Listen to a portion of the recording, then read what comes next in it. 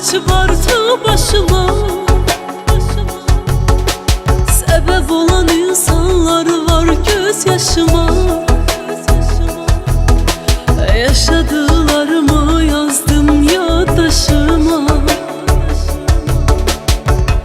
Yazılmamış roman kimi. Bu dünya açtığın açıp artı başıma. Sebep olan insanlar var gözyaşıma. Yaşadıklarımı yazdım yaddaşıma.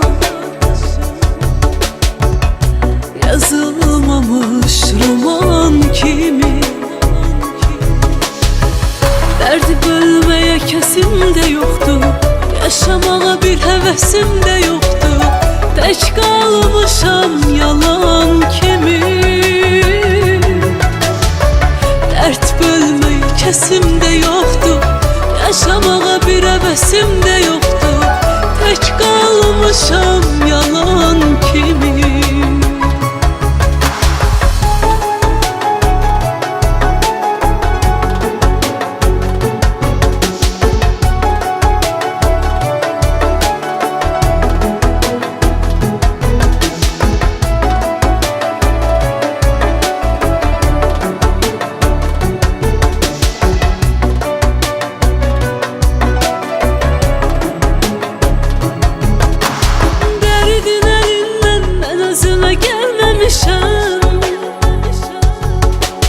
Ürəkdən açansa bir dəfə gülməmişəm.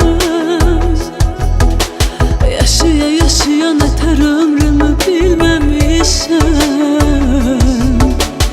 İtirdiyim heç nə yox zaman kimi.